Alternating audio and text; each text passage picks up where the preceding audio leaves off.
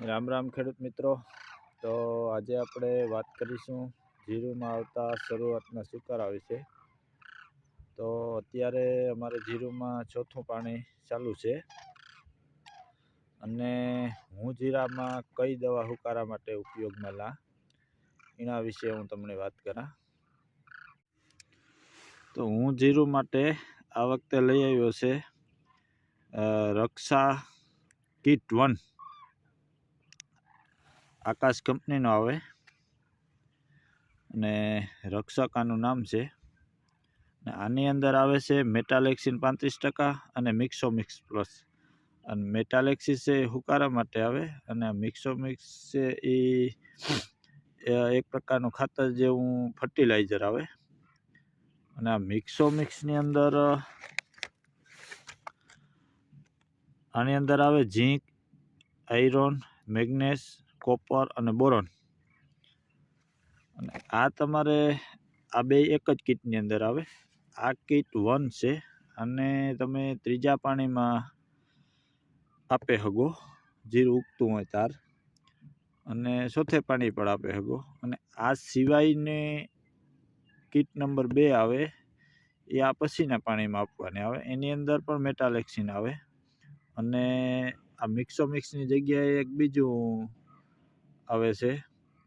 એની અંદર આપણે જે મૂળની વિકાસ માટેના હોય છે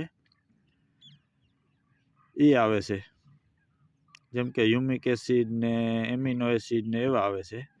ને આ કીટ 1 ની અંદર મિક્સોમિક્સ ફર્ટિલાઇઝર આવે છે। એટલે તમે હુકારામાં કોઈ પણ જાતની દવા વાપરતા હોય, ચાહે સેફિલાઇઝર હોય, સાફ હોય, બ્લુ કોપર હોય, સાદું કોપર હોય કે પછી ઝીંક હોય કે સલ્ફર હોય, એની આરે મેટાલેક્સિન વાપરવું જરૂરી છે। કારણ કે મેટાલેક્સિન છે એ હુકારા માટે સૌથી બેસ્ટ છે। આ તમે નકરું મેટાલેક્સિન મળે, તમે કોઈ પણ સારી કંપનીનું મેટાલેક્સિન અને એની આરે કોઈ પણ એક હ્યુમિક આપી દો। આ જો ત્રીજા અને ચોથા પાણીમાં, અથવા તો તમે ઉગ્યા પછી 2 પાણી આપવાના હોય તો ચોથા અને પાંચમા પાણીમાં 2 પાણીમાં આપવાનું આવે અને 2 વાર આપવાનું આવે મેટાલેક્સિન, એટલે સારામાં સારું ફાયદો આપે। પણ આને આરે કોઈ પણ જાતનું હ્યુમિક અથવા તો આવું ફર્ટિલાઇઝર નાખવું જરૂરી છે, કારણ કે એ મૂળના વિકાસ માટેનો આવે અને આ એક પ્રકારનું ફૂગનાશક આવે।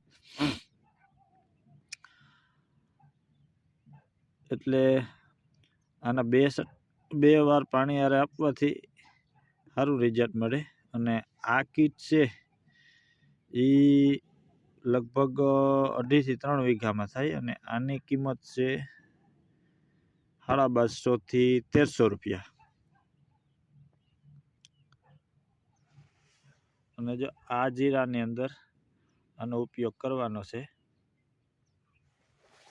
આ જીરામાં ચોથું પાણી આપવાનું છે। અને આની અંદરથી આ આવે છે, આની અંદર બ્લુ પાવડર આવે છે અને આ સફેદ મેટાલેક્સિન છે, આની અંદર સફેદ પાવડર આવે છે। આનું બેયનું અલગ અલગ દ્રાવણ કરી અને પછી બેયનું ઓગળી જાય એટલે ભેગું એક મિક્સ કરી દેવાનું એક યારે, એટલે આસાનીથી ઓગળે પડી જાય।